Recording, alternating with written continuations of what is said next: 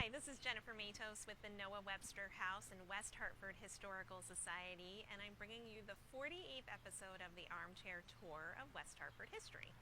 I'm filming today on Steel Road in between Asylum and Fern, and I'm going to be telling you about the history of an inspiring and resilient storyteller named Gertrude Blanks. If you've seen the MLK mural that's going up right now on the side of the Noah Webster Library, you may have noticed a trio of black women being depicted. One of these great ladies is Gertrude Blanks. She was the first African American to graduate from William Hall High School back when it was located where today's town hall is. But there's more to Gertrude Blanks' story. Let me tell you about it. Gertrude Blanks was born Gertrude Boyer on June 14, 1920 in Baltimore's North End, most likely named after her maternal grandmother, Gertrude Makel. When Blanks was 3 years old, her mother and her maternal grandparents moved to Hartford, Connecticut. With limited work opportunities available to her, Gertrude's mother, who was named Pearl Boyer, worked in the house I'm standing in front of on Steel Road as a live-in servant for Howard and Grace Penrose. Howard worked in the insurance industry. His father, William Penrose, owned the William R. Penrose and Company Insurance Agency. Gertrude Boyer lived with her grandparents, Louis and Gertrude Makel, on Pliny Street in Hartford. Blank's grandfather was a laborer and her grandmother was a domestic servant. Upon the death of her grandfather in 1929, Gertrude Blanks came to live with her mother here on Steel Road. Around that time, the household included only Howard and Grace Penrose, as well as Blank's mother, Pearl Boyer. Soon after her move to West Hartford, Pearl Boyer explained the rules of the 12-room house to her daughter. In a 2004 Hartford Current article, Blanks recounted her mother sat me down and told me what I could do and what I couldn't do. We take the back steps. You never go in the front way. You don't go into the living room or the dining room. You don't go into their bedroom. Although they all lived in one house, Gertrude Blanks tried to limit her interaction with the Penrose family as much as possible. Although she grew up in a diverse neighborhood in Hartford, the same could not be said of her new neighborhood here in West Hartford. According to census records, West Hartford had approximately 33,000 residents at the time, with less than 150 African American individuals.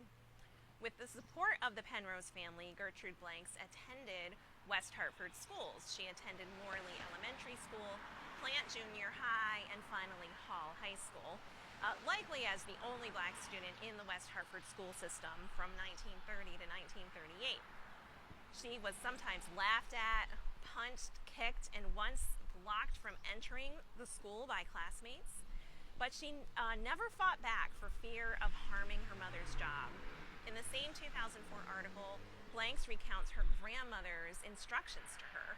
Grit your teeth. Make up your mind that you are not going to answer. You're not going to get down to where they are.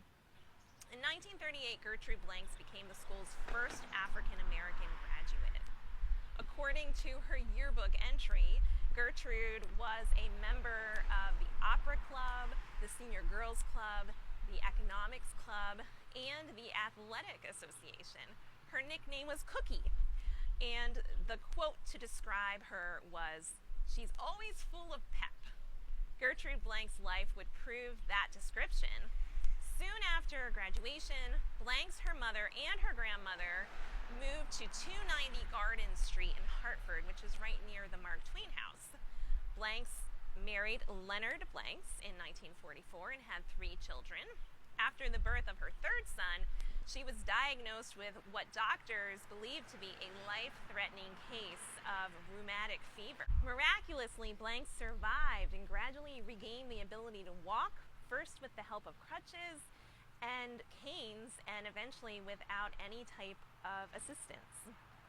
Gertrude Blanks worked various jobs in the Hartford area, including at the former G. Fox and Company department store and the Institute of Living. She was also part of several local theatrical productions with the Artists Collective, Inc. and the Hartford Stage Company. In 1961, she began working at the Hartford Public Library.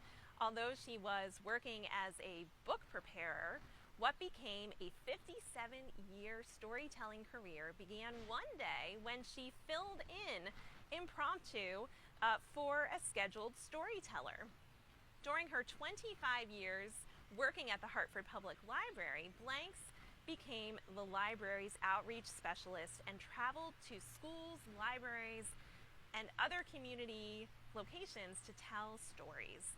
She used her acting and storytelling talents as well as costumes, songs, games, and audience participation to bring the stories to life.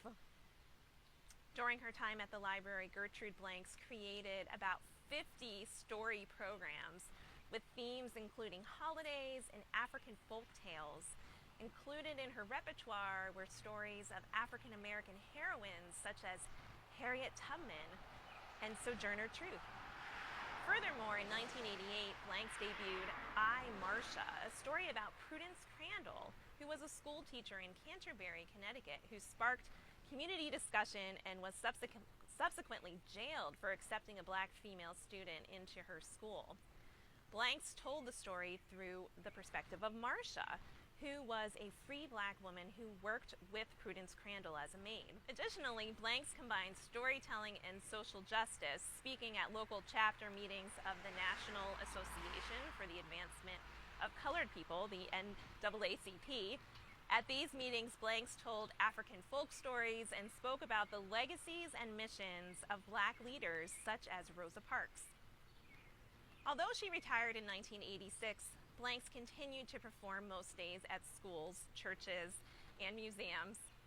She regularly volunteered at Hartford Simpson Waverly School, helping teach children to read. Furthermore, Blanks remained a revered congregant of the Metropolitan AME Zion Church, one of the oldest black churches in Hartford. Blanks was honored by the NAACP, the City of Hartford, the state of Connecticut, and many churches for her monumental impact on the community. Gertrude Blanks continued to tell stories until shortly before she passed away on January 4th, 2019, at the age of 99. Fittingly, she's remembered as Hartford's Storyteller.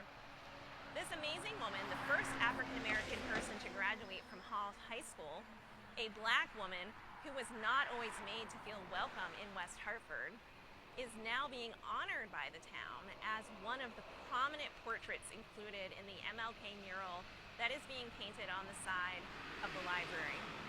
The mural will be dedicated this Saturday, June 19th, 2021, as part of a town-wide Juneteenth celebration. I hope you will take an opportunity to view the mural the next time you're in West Hartford Center or in Blueback Square. When you do, be sure to look for Ms.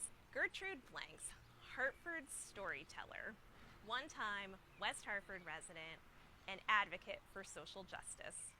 Thank you for watching the Armchair Tour of West Hartford history, and a special thanks to the Vernon D. and Florence E. Russo Family Foundation. See you next time.